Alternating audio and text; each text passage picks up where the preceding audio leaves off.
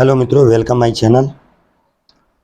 आज हम एक पंचतंत्र की एक ऐसी कहानी आप सुनाएंगे जो पंचतंत्र से लिया गया है। सिंह और सियार की कथा। तो बिना देर किए हुए शुरू करते हैं हम। बरसों पहले की बात है, जो हिमालय के किसी कंदराओं में एक बलिष्ठ शेर रहा करता था। एक दिन वह एक भैंसे का शिकार कर और भक्षण कर अपनी गुफा को लौट रहा था।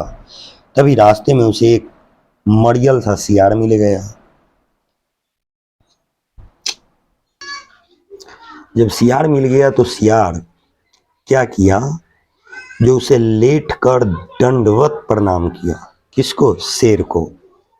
जब शेर ने उससे ऐसा करने का कारण पूछा तो बड़े उसने शौक से कहा, सरकार, मैं आपका सेवक बनना चाहता हूँ। कृपया मुझे आप अपनी शरण में ले ले। मैं आपकी सेवा करूँगा और जो आपके द्वारा छोड़े गए शिकार होगा उससे मैं अपना गुजर बसर कर लूँगा। शेर ने उसकी बात मान ली और उसे मित्रवत अपनी शरण में रख लिया। कुछ दिन में ही शेर द्वारा छोड़े गए शिकार को खा खा करके वह एकदम हट्ठा कट्ठा सियार हो गया, बहुत मोटा हो गया। प्रतिदिन सिंह के पराक्रम को देख देख उसने भी अपने आप को स्वयं को शेर ही समझने लगा और शेर का प्रतिरूप मान लिया। एक दिन उसने शेर से कहा, अरे सिंह, मैं भी अब तुम्हारी तरह शक्तिशाली हो गया हूँ। आज मैं एक हाथी का शिकार करूँगा और उसका भक्षण करूँगा और उससे जो मेरे से बचेगा उस बचे खुचे मांस को तुम्हारे लिए छोड़ दूंगा। क्योंकि सिंह उस सियार को मित्रवत देखता था, इसलिए उसने उसकी बातों को बुरा न माना, उसे ऐसा करने से रोका।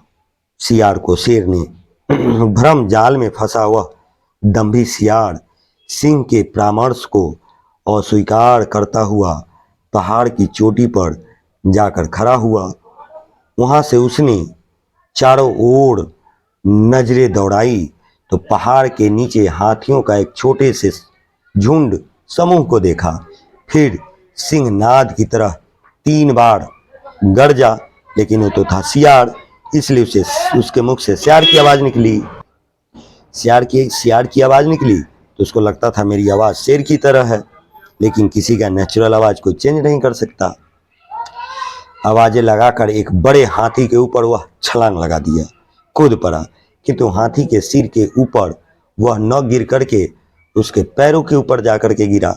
जब पैरों के ऊपर जाकर के गिरा और हाथी अपनी मस्तानी चाल से अपना अगला पैर उसके सिर के ऊपर रखते हुए आगे बढ़ गया। क्षण भर में सियार का सिर चकनाचूर हो गया और उसके प्राण पखेरु उड़ गए।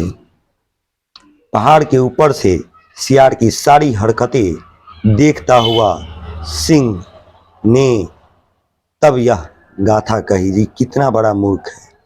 होते हैं जो मूर्ख और घमंडी, होती है उनकी ऐसे ही गति। तो मित्रों, इस कहानी से हमें सीख क्या मिली? इस कहानी से हमें सीख यह मिली कि हमें घमंडी कभी नहीं होना चाहिए। इस सियार की तरह कभी भी जिंदगी में किसी भी समय घमंड नहीं करना चाहिए, क्योंकि घमंड का अंजाम बहुत बुरा होता है, ठीक इस सियार की तरह।